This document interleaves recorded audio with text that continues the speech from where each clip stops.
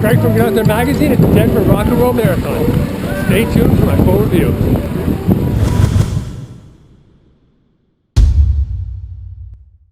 Here we go, in the start corral, the Denver Marathon. If you love the outdoors, then Denver is a great spot for a destination race, as there's lots to see and do in addition to the event itself.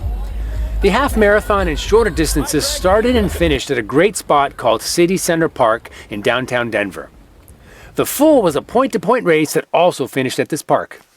Much of the half was in the core of the downtown, taking in the sights of the city. We passed the Pepsi Center where hockey's Avalanche play, and Coors Field, home of baseball's Rockies. The logistics of the race worked very well, and most notably, there were tons of porta potties around the start area and throughout the race, so those lines moved quickly. Along the course, there were many musical acts to entertain us and keep the adrenaline pumping. Definitely a feature that sets the rock and roll events apart from other big races. You don't see this in too many races. The course meandered through streets for a while, but there was a nice long stretch that took us into a quiet park area and offered an out and back, which was a perfect opportunity to wave and cheer on friends and fellow runners. The competitor in me loved the last 3 kilometers that were predominantly straight with a slight downhill, allowing me to open up my stride and finish well. Now, Denver is known for being a mile-high city with air that is much thinner than at sea level. I didn't notice this too much during the race, but I did lower my expectations and pace myself accordingly, which likely limited my sucking of wind.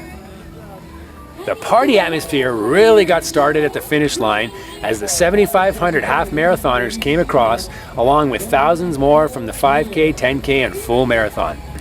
After receiving one of the cooler medals I've ever seen, many of us made our way to the beer tent area where Michelob Ultra was served. My friends and I, along with many other runners and spectators, enjoyed the atmosphere and hung out for a long while to listen to the bands performing. There were runners from all over the US and several other countries, and that says a lot about the appeal of a rock and roll race as a desirable destination event. I absolutely love the experience. And if you visit Denver for this race, definitely plan some time before or after to visit the Rocky Mountains. I went hiking in Rocky Mountain National Park and also checked out the musical and geological history of the Red Rocks Amphitheater. The entire Denver experience was fantastic. It's Craig signing off from Denver at the Rock and Roll Marathon. If you're looking for a big, well-organized race with a great party afterwards, check them out. They're all over the country. It's Craig from Get Out There Magazine. I hope to see you out there sometime soon.